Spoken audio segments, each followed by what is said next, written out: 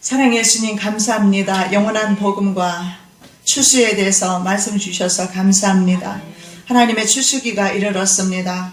우리의 삶을 이제는 좀 뒤돌아보게 도와주시고 우리가 이 가을 시기를 맞아서 추수의 절기를 맞아서 우리의 인생 또한 뒤돌아볼 수 있는 귀하고 복된 시간 되게 하옵시며 우리가 그동안 너무나 바쁘게 세상에서 살아왔지 않습니까? 이제는 좀 주 안에서 쉼을 얻게 하옵시며 주 안에서 기뻐하며 즐거워하며 행복을 누리게 하옵시며 하나님의 주시는 그 기쁨과 희열 가운데서 다시 오실 예수 그리스도를 거룩함으로 준비할 수 있는 저희들 될 수 있도록 은혜 베풀어 주시옵소서. 아버지, 이 시간에도 성령 하나님께서 직접 말씀하여 주시고 아버지, 이 시간에 저희들에게 들려주신 말씀 귀하신 하나님의 계시 음성을 듣게 하여 주시옵소서. 거룩하신 예수 그리스도 이름으로 기도드립니다. 아멘.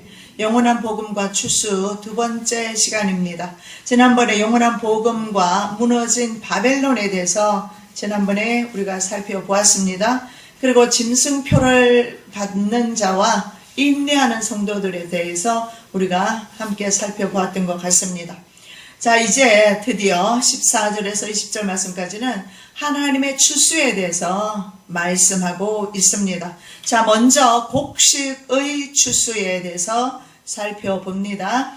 자, 14절에서 16절 우리가 다시 한번 봉독합니다. 또 내가 보니 흰 구름이 있고 구름 위에 인자와 같은 이가 앉으셨는데 그 머리에는 금면류관이 있고 그 손에는 예리한 낫을 가졌더라. 또 다른 천사가 성전으로부터 나와 구름 위에 앉은 이를 향하여 큰 음성으로 외쳐 가로되 당신의 낫을 휘둘러 거두소서. 땅의 곡식이 다 익어 거둘 때가 이르렀음이니이다 하니 구름 위에 앉으신 이가 낫을 땅에 휘두르매 땅의 곡식이 거두어지니라. 두 천사가 다 이한 낫을 가지고 있습니다. 이한 낫이라는 것은 양날 검을 가리켜요. 심판 때의 예수님의 모습입니다. 심판의 모습입니다. 인자가 금면류관을 쓰고 있습니다. 그런데 그 손에 이 예리한 낫을 가지고 있어요. 초림 예수 십자가에 허무하게 돌아가시듯이 돌아가신 예수님의 모습과는 너무나 상반되는 모습입니다. 지금 아직 예수님이 우리들에게 심판을 행하시지 않았기 때문에 우리가 생각할 때는 어제나 오늘이나 그대로 그냥 우리가 무신경하게 살아가고 있습니다만은 그러나 그 심판의 날은 우리가 하룻밤을 자고 나면 날수록 우리 코앞으로 다가오고 눈앞으로 다가오고 있다는 사실을 여러분 기억하시기 바랍니다. 그런데 그 예수님의 모습은 아주 무서운 심판장의 모습으로 양날 가진 칼을 가지고 구름이 앉아있는 그런 환상이 보입니다. 바로 환난을 통과하는 성도들은 알곡이 되었으므로 수확하기 위해서 재림 메시아께서 구름 타고 오시는 겁니다. 알곡이라는 것은요, 탈곡기에 들어갔다 나온 것이 알곡입니다. 환난기를 통과합니다. 통과한 후에 성도들은 알곡이 되었기 때문에 추수에 메시아 오실 때 메시아의 추수하는 그 추수 안에 들어가게 될 것입니다. 그때 인자의 징조가 하늘에서 보이겠고 그때에 땅의 모든 족속들이 통곡하며 그들이 인자가 구름을 타고 능력과 큰 영광으로 오는 것을 보리라. 징조가 보이면서 하늘에 징조가 보입니다. 그리고 땅의 모든 족속들이 분명히 말합니다. 땅의 모든 족속들이 통곡하게 될 것이고 인자가 영광 가운데서 구름 타고 오시는 것을 볼 것입니다. 사람들은 통곡할 것이나 그러나 알곡들은 바로 인자가 구름 타고 오실 때에 알곡들은 들림을 받게 될 것입니다. 오늘 이 본문에서 인자의 모습은 왕의 왕관, 그걸 디아데마라고 하는데 그것 대신에 적그리스도가 쓰고 있었던 계시록 6장이 나오는 겁니다. 면류관을 쓰고 있어요. 그건 스테파노스라고 해서 세상 면류관을 말합니다. 이기는 자들이 쓰는 세상의 면류관을 쓰고 나타납니다. 이긴 성도들에게 주시는 교훈이 아닐까 생각을 합니다. 적그리스도의 영들을 제거하고 자녀들의 영원 추수를 위해서 예리한 낫을 가지고 계십니다. 추수는 바로 세상 끝을 말합니다. 가을이 되니까 지금 추수를 하고 있지 않습니까? 세상 끝이 되었다라는 겁니다. 마태복음 13장 39절 가라지를 뿌리는 원수는 마귀요 추수 때는 세상 끝이요 추수꾼은 천사들이니 지금 천사들이 이 한 낫을 가지고 추수하기 위해서 칼을 들고 있는 모습을 볼 수가 있습니다. 바로 추수 때는 세상 끝이다. 그리고 성전에서 나온 다른 한 천사가 또 있습니다. 이 천사가 이렇게 말합니다. 당신의 낫을, 가지고 있는 낫을 휘두르세요. 땅의 곡식이 다 익어서 거둘 때가 되었습니다. 온 족속에게로 예수님께서 말씀하셨어요. 사도행전 1장 8절에서 예루살렘과 그 다음에 유대, 사마리아, 땅끝까지 이르러 내 복음이 전파되리라. 거의 지금은 대부분의 족속까지 하나님의 복음이 전파된 것 같습니다. 미선도 종족은 별로 없는 것 같고 어떤 모양으로든지 그들에게 이미 복음이 전파되었다는 사실을 아시고요. 우리가 생각할 때 사람이 직접 가서 전파하는 방식도 있지만 지금 구글에서 띄우는 180개 위성을 통해서 심지어는 완전 산속 말입니다. 아프리카 밀림 정글지대까지 말입니다. 인터넷 복음이 이루어지고 있는 시장입니다. 그러면 직접 사람이 들어가지 않아도 인터넷을 통해서도 얼마든지 예수를 증가할 수가 있고 받을 수도 있고, 그래서 그야말로 지금 이 세상의 끝이 아닌가 그렇게 생각을 합니다. 자, 이 바로 거둘 때가 되었다는 것은, 이 추수는 성도가 휴고되는 것을 말하고 땅에 남겨지는 사람은 휴고되지 못하는 사람이 될 것입니다. 땅을 치며 통곡하며 이제 울게 될 것입니다. 세상에서는 알곡과 죽정이가 지금은 함께 자라고 있어요. 심지어는 교회 안에도 알곡과 죽정이가 함께 어울려서 신앙생활하고 있습니다. 그러나 추수기가 가면 확연하게 구분이 됩니다. 세상 끝에는 하나님의 자녀인 알곡은 수확해서 창고에 드립니다. 하늘 창고입니다. 둘 다 추수 때까지 함께 자라게 두라. 추수 때 내가 추수꾼들에게 말하기를 가라지는 먼저 거두어 불사르게 단으로 묶고 곡식은 모아 내 곡간에 넣으라 하신지라 하니라. 가라진 땅의 곡식은 거두어서 뭐합니까? 태웁니다. 바로 영원한 불타는 지옥으로 떨어진다는 사실을 볼 수가 있습니다. 땅의 포도도 마찬가지입니다. 땅에 있는 포도도 모아들이지 않습니다. 하나님의 포도주 틀에 던져서 짓이겨 버립니다. 땅에 속한 사람들을 의미합니다. 바로 이 포도, 땅의 포도라고 말하고 있어요. 땅의 포도, 땅에 속한 사람입니다. 이 사람은 땅에 속한 사람으로서 항상 그 사람의 사상과 마음과 생각 속에는 땅의 일을 생각합니다. 여러분, 아침에 밥을 먹었는데 생선은 안 먹었는데 생선이 대변으로 나올리는 만무입니다. 마찬가지입니다. 땅에 속한 사람은 땅의 것만 생각할 수밖에 없어요. 그게 한계입니다. 그러나 하늘에 속한 사람은 땅의 일보다는 우선순위가 하나님 나라에 초점이 맞춰져 있습니다. 그래서 보물을 땅에 쌓지 않습니다. 하나님 나라에 쌓습니다.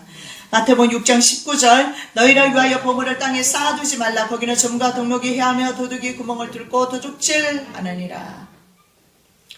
땅에 쌓지 말라고 말씀을 합니다. 점과 땅에는 동록이 있어서 썩게 될 것이다. 여러분, 안 썩게 되는 것 있으면 한번 말씀해 보십시오. 세상 것은 전부 세월이 흐르면 다 썩게 되어 있습니다.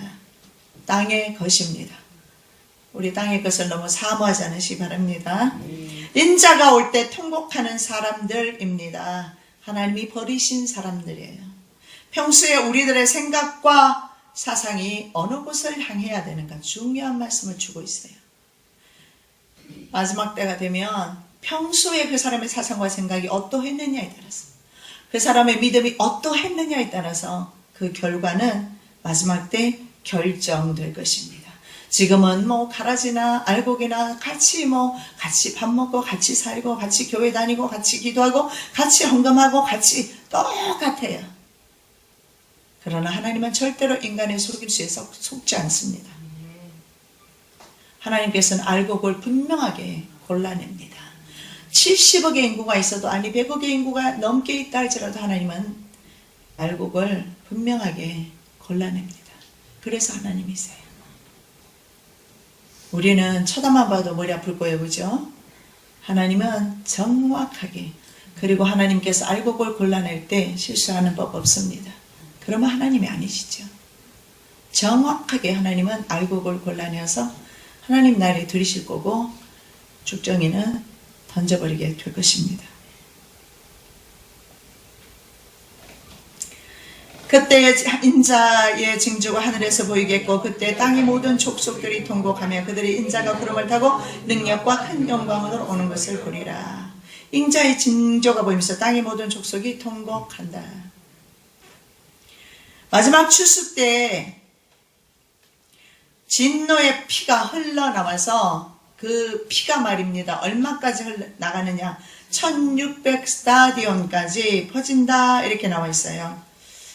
말씀 보겠습니다. 진실로 그들의 반석이 우리의 반석과 같이 아니하니 우리의 원수들이 스스로 판단하도다. 이는 그들의 포도나무는 소돔의 포도나무요 고모라의 밭의 소산이라. 그들의 포도는 독이 든 포도이니 그 송이는 쓰며 그들의 포도주는 뱀의 독이요 독사의 맹독이라. 여기에서 우리가 볼 수 있는 것은 포도라고 해서 다 같이 포도가 아닌 것을 봅니다.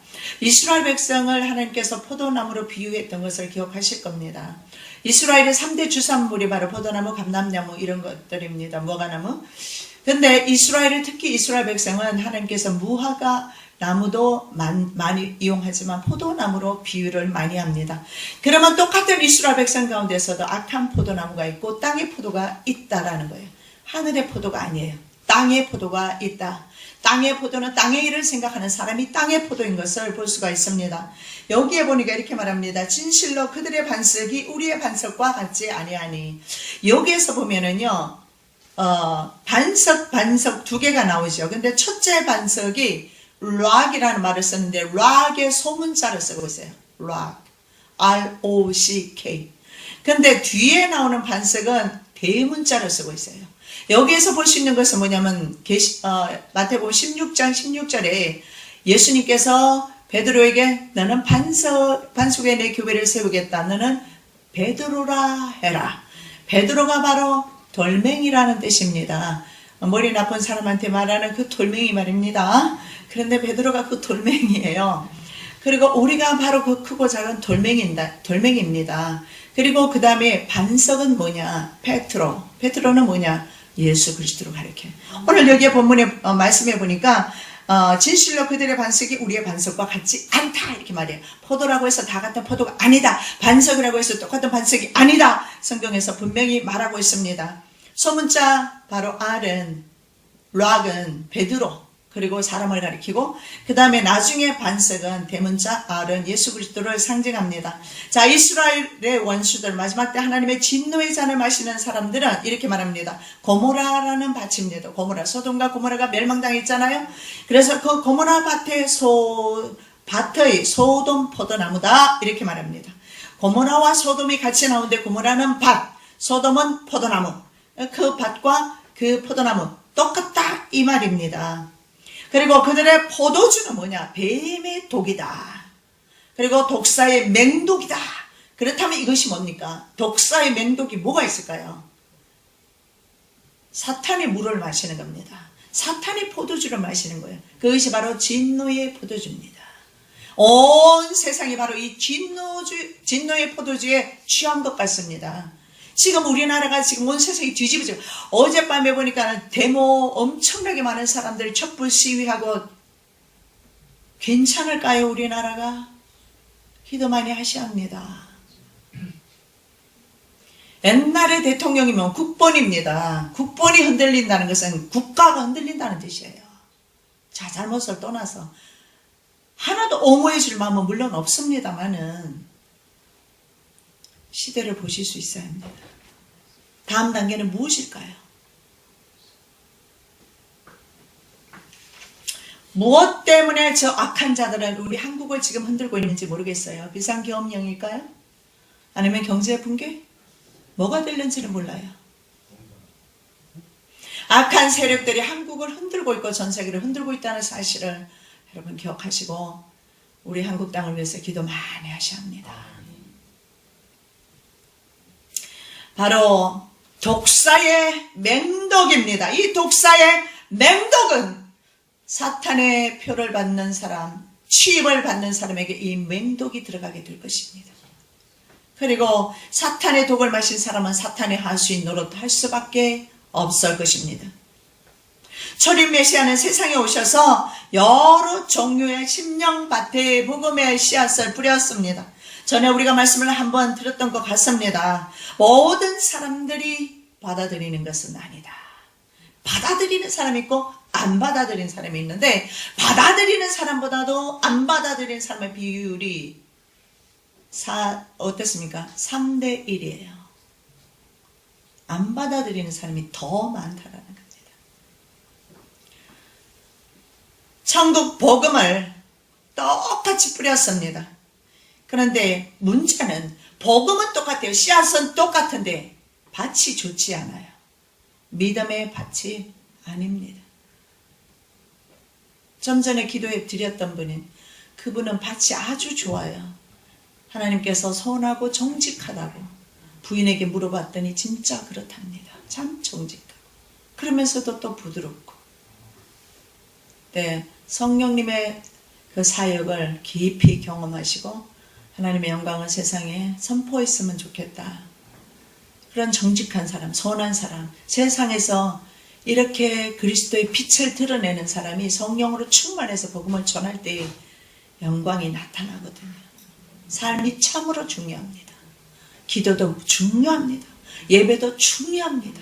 삶 속에서 예배가 되어야 합니다. 삶 속에서 기도가 이루어져야 합니다. 내 삶 속에서 나를 통해서 영광이 드러나야 돼요. 손가락질 당하고 가정에서도 인정 못 받고 지금까지는 그랬을런지 몰라도 앞으로는 우리는 아닙니다. 우리는 그럴 존재가 아니에요. 하나님의 우리는 영광을 선포하는 존재로 하나님께서 우리를 세우셨어요. 그분뿐 아니라 우리 모두가 말입니다. 여러분, 자기 밭은 자기가 가꿔야 돼요. 남의 밭까지 어떻게 가꿔줍니까? 이것은 남의 있잖아요. 품맛이 해주는 밭도 아니에요. 그러면 가서 좀 품맛이라도 해서 좀 잡초가 많으면 일고라도 주지. 이거 품맛이 해서 될 문제가 아니에요. 모든 영혼은 내게 속한지라. 각자 영혼은 각자가 책임져야 돼요. 각자의 영혼의 밭은 각자가 일궈야 됩니다. 잡초 자기가 뿌리 뽑아야 합니다. 자기가 덤불을 걷어내야 합니다. 누가 해줄 수가 없어요. 이것은 다른 사람이 그 밭 속으로 들어갈 수 있습니까? 그것을 해부한다고 되겠습니까? 안 돼요. 여러분, 신앙의 성공의 첫째 비결은 자기 마음을 잘 일구는 겁니다. 자기 마음을 항상 주님으로 인해서 감사와 기쁨. 그래서 예수님의 사도 바울이 말씀하셨잖아요. 항상 기뻐하라. 항상 기뻐하라. 그럼 뭐라고 그래? 쉬지 말고 기도하라. 범사에 감사라. 무슨 다른 말씀이 필요합니까? 이것이 바로 하나님이 원하시는 밭입니다. 길가에 뿌려진 씨앗은 복음, 천국 복음을 깨닫지 못해 미련해서. 그래서 새들, 마귀가 먹어버렸죠. 그리고 길가에 떨어진 씨앗은 그 다음에 가시, 돌짝밭에 떨어진 밭이 그렇고요. 그 다음에 길가에 떨어진 씨앗은 흙이 깊지 않아서 돌밭이나 길가밭이나 똑같아요. 길가에 떨어진 씨앗은 흙이 깊지 않아서 해가 돋아버리면 흙이 깊지 않으니까는 죽어버리죠. 말라서 죽죠. 가시떨기는요. 가시는 세상 염려와 재리, 유혹 이런 것들입니다. 그것들에게 막혀버려요. 염려가 딱 들어오면 말씀이 딱 막혀버립니다. 그래서 말씀이 오늘 듣기는 들어. 여러분 다 듣지만 여러분의 일주일 동안 이 말씀이 결실했으면 좋겠습니다. 그러나 단지 한 개 땅, 좋은 땅입니다. 30배, 60배, 100배. 또 이르시되 하나님의 나라는 사람의 씨를 땅에 뿌림과 같으니 그가 밤낮 자고 깨고 하는 중에 씨가 나서 자라되 어떻게 그리 되었는지를 알지 못하느니라. 땅이 스스로 열매를 맺되 처음에는 싹이요 다음에는 이삭이요 그 다음에는 이삭의 충실한 곡식이라. 자라는 거 어떻게 자라는지 모르지만 곡식 익을 때까지 그렇게 계속 자라는 것이 곡식이에요. 그런데 열매 맺지 못한 씨앗들은 어때요? 자랄 수가 없어요. 왜냐하면 이런저런 이유로 다 죽어버리니까. 이런저런 이유로 하나님의 말씀은 얼마나 많이 홍수와 같이 쏟아지고 있어요. 인터넷상에 들어가 보면 스마트폰 한 개만 가지고 있으면 다 들을 수 있어요. 전 세계적인 목사 설교 다 들을 수 있어요. 유명한 설교 다 들을 수 있어요. 듣는다고 해서 모든 사람이 다 언행이 변화합니까? 예수 믿는 사람들이 왜 사기치고 거짓말하고 합니까? 예수 믿는 사람이 없어서 오늘날 국회가 이렇게 되었고 우리나라가 이 지경에 갑니까? 마귀는 우리의 말씀의 밭 위에 항상 이거 하셔야 돼요. 말씀 듣습니다. 크리스찬들 말씀 들어요. 말씀 듣고 말씀 위에 덧뿌리는 거예요. 말씀은 말씀 그대로입니다. 말씀 자체입니다. 말씀에 가감할 이유도 없고 말씀은 말씀대로 순종해야 되고 말씀은 언제나 하나님이시므로 말씀은 우리에게는 항상 말씀으로 역사되어져야 합니다. 우리가 판단하고 생각하고 우리가 해석할 문제가 아니에요. 그냥 순종하면 되는 겁니다. 가라지를 뿌린 원수는 마귀요 주수 때는 세상 끝이요 주수꾼은 천사들이니. 예, 가라지를 뿌리는 것이 계속 덧뿌리고 있어요. 누가 덧뿌리고 있어요? 분명히 하나님께서는 하나님의 종들을 보내서 하나님의 말씀을 계속 선포하는데 계속 덧뿌리는 것들이 있어요. 이게 마귀입니다. 그러나 여러분 철로 역정에 보면 벽난로가 나오잖아요. 해석의 집에 들어갔을 때 벽난로가 보입니다. 그런데 보니까는요, 이 앞에서 어떤 사람이 막 그 벽난로 앞에 불이 타고 있는데 물을 막 끼얹어요. 그런데 불이 꺼지지가 않아서 벽난로 뒤로 가봤더니 뒤에서 누가 은총이라는 사람이 막 기름을 쏟아붓고 있어요.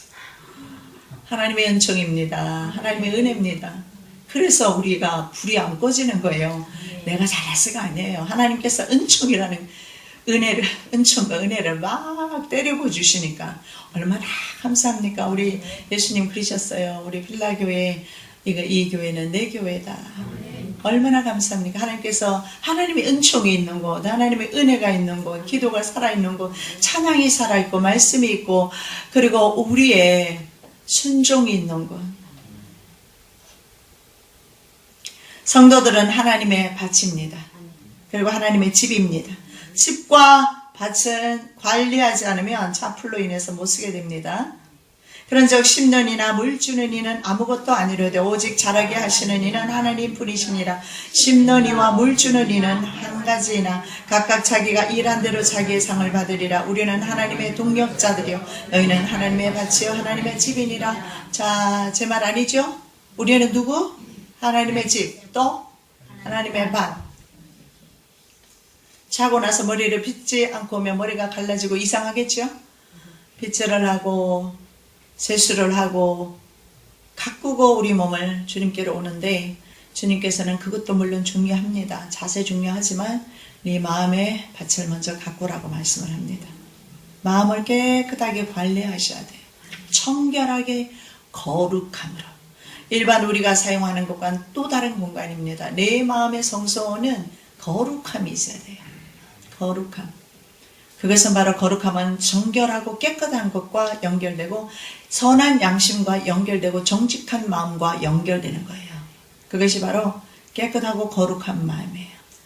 그래서 우리는 좀 더 있잖아요. 정직할 필요가 있고 거룩할 필요가 있습니다.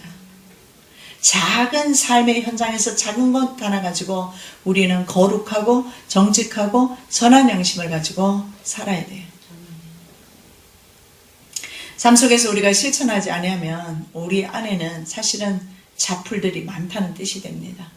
자풀이 많기 때문에 내 입에서 쓴소리만 나오게 되고 쓴물만 나오게 됩니다. 여러분 자기 밭 자기가 잘 가꾸십시오. 아까 제가 분명히 말했습니다. 말씀드렸어요. 자기 밭은 아무도 가꿀 수가 없다. 정말 힘들고 어렵고 고난과 고통과 눈물과 한숨의 세월 속에서도 자기 밭은 자기가 가꿔야 돼요. 제가 가장 후회되는 것이 있어요. 내가 뭐 때문에 그 어둠 속에 그렇게 오랫동안 내가 잡혀 있었을까? 내가 왜 어둠 속에 잡혀서 어둠의 길을 걸어갔었을까? 그때 내가 좀 더 용감하게 뛰쳐나와서 하나님과 함께하며 말씀과 함께하고 그렇게 살았더라면 참 좋았을 것을. 지금 생각하면 제 지난 세월들이 많이 후회가 됩니다. 여러분 지금부터라도 우리 후회하지 않도록 자기 마음의 밭을 정결하게 거룩하게 관리 잘 하십시다. 아멘.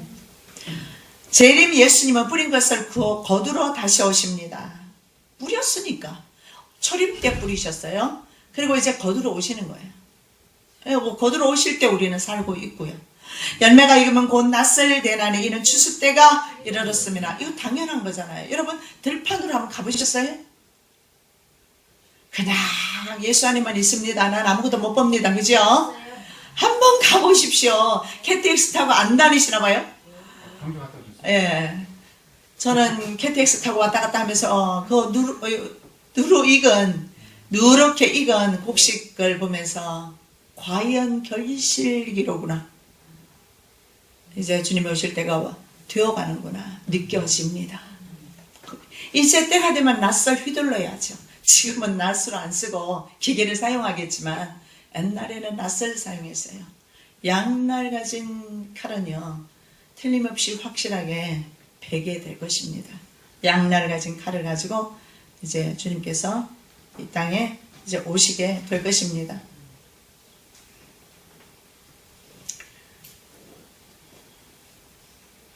자, 모든 인류는요 주님 앞에 쓰게 될 것인데, 자, 하나님의 그 전에 열매가 익으면 거두게 되고요. 그리고 하나님의 심판대 앞에 서게 됩니다. 마지막 나팔은 익은 곡식을 거두는 때인 것을 볼 수가 있습니다. 데살로니가전서 4장 15절에서 17절 우리가 주의 말씀으로 너희에게 이것을 말하노니 주께서 강림하실 때까지 우리 살아남아 있는 자는 자는 자보다 결코 앞서지 못하리라. 주께서 우령과 천사장의 소리와 하나님의 나팔 소리로 친히 하늘로부터 강림하시리니 그리스도 안에서 죽은 자들이 먼저 일어나고 그 위에 우리 살아남은 자들도 그들과 함께 구름 속으로 끌어올려 공중에서 주를 영접하게 하시리니 그리하여 우리가 항상 주와 함께 있으리라.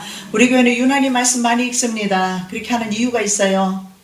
입으로 시인하여 구원에 이르기 때문에. 그리고 우리 말씀이 마지막 때 이 말씀이 우리의 삶을 붙들 것이고 환난 시대를 붙들어 주실 것이고 사상과 생각을 붙들어 주실 것이기 때문에 그렇습니다. 이 마지막 나팔이 바로 익은 곡식을 거둘 때입니다. 죽은 자가 먼저 일어나고 그 다음에 산 자가, 창세 이후 이래로 죽은 자들이 일어납니다. 첫째 부활이죠. 그리고 이제 살아있는 자가 승천받습니다. 그리고 둘째 부활밖에 없는데, 둘째 부활은 계시록 20장에 보면 백보자 심판이 있고 둘째 부활에 참여하는 자는 백보자 심판 부활에 참여합니다. 영벌 받기 위해서, 영원한 불타는 불못에 가기 위해서 그들은 다시 부활이 될 겁니다.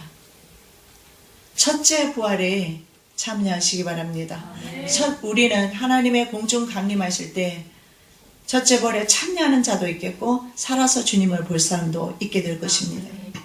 하나님의 진노의 추수라고 그렇게 말합니다. 17절에서 19절 또 다른 천사가 하늘에 있는 성전에서 나오는데 역시 예리한 낫을 가졌더라. 또 불을 다스리는 다른 천사가 제단으로부터 나와 예리한 낫 가진 천사를 향하여 큰 음성으로 불러 가로되 너 예리한 낫을 휘둘러 땅에 포도송이를 거두라. 그 포도가 익었느니라 하더라. 천사가 낫을 땅에 휘둘러 땅에 포도를 거두어 하나님의 진노의 큰 포도주 틀에 던짐에 성 밖에서 그 틀이 밟히니 틀에서 피가 나서 말굴레까지 닿고 1600 스타디온에 퍼졌더라.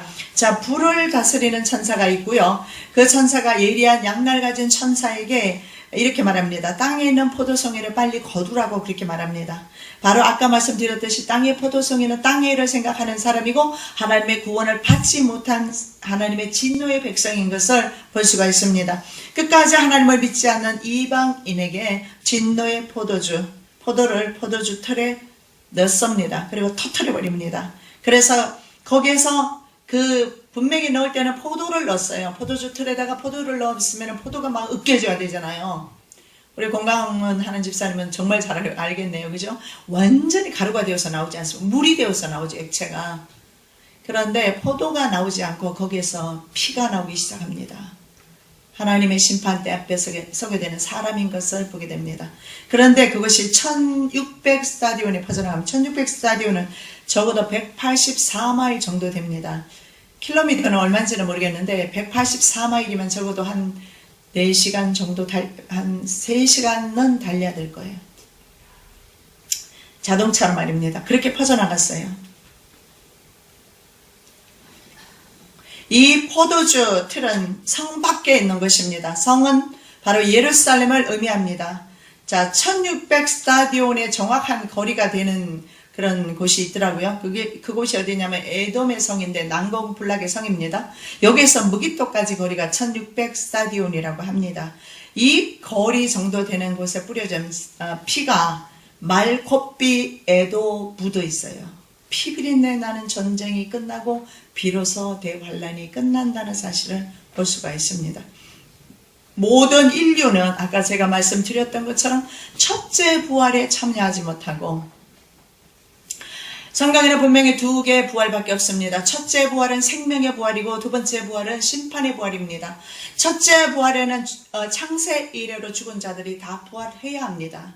그리고 환난 가운데서 죽은 자들까지도 포함이 될 것입니다.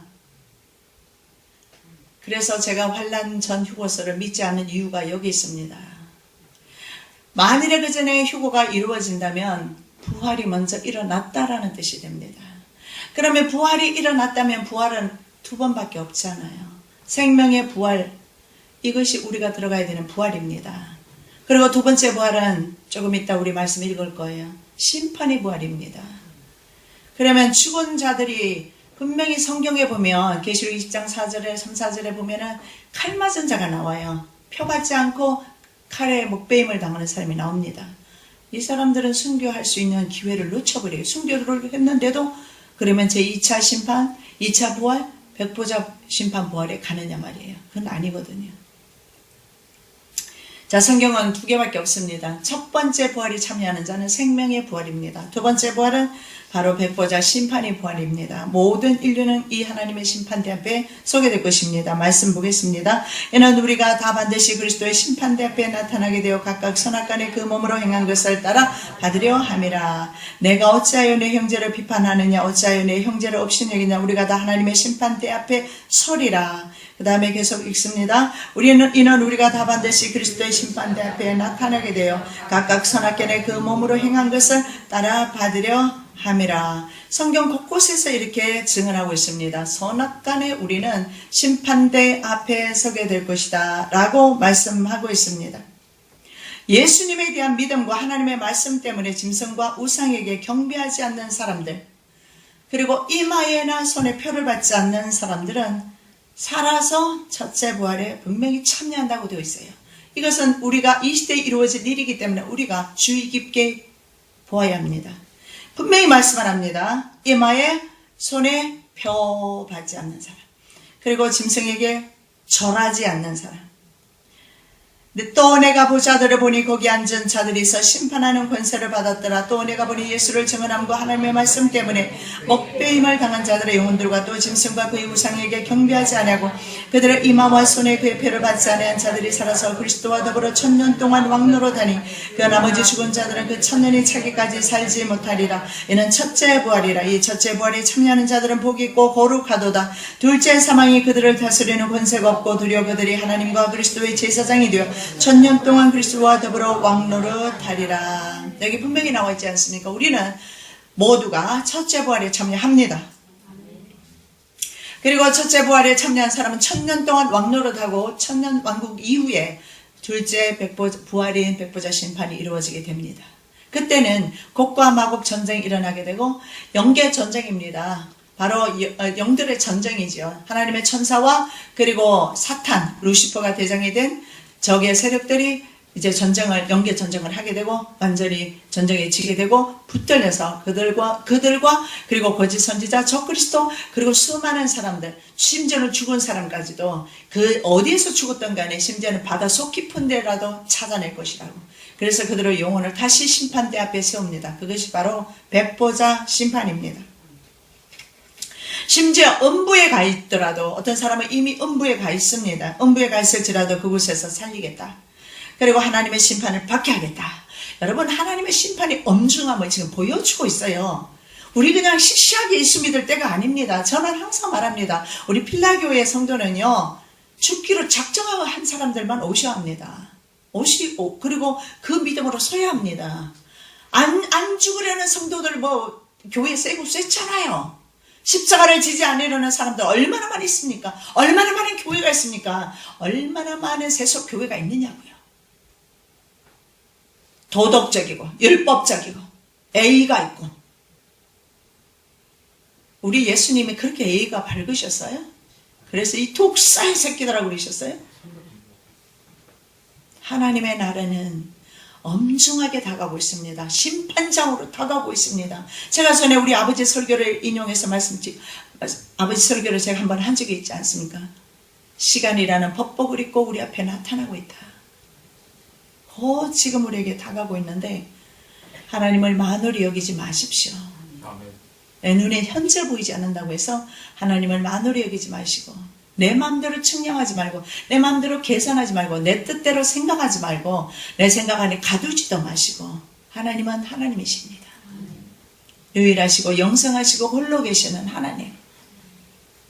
누구에게 창조되지도 않으셨고 누구에게 판단받으시거나 누구에게 정죄받으시거나 어떤 사람이 거기서 가두어지는 하나님이 아니란 말입니다.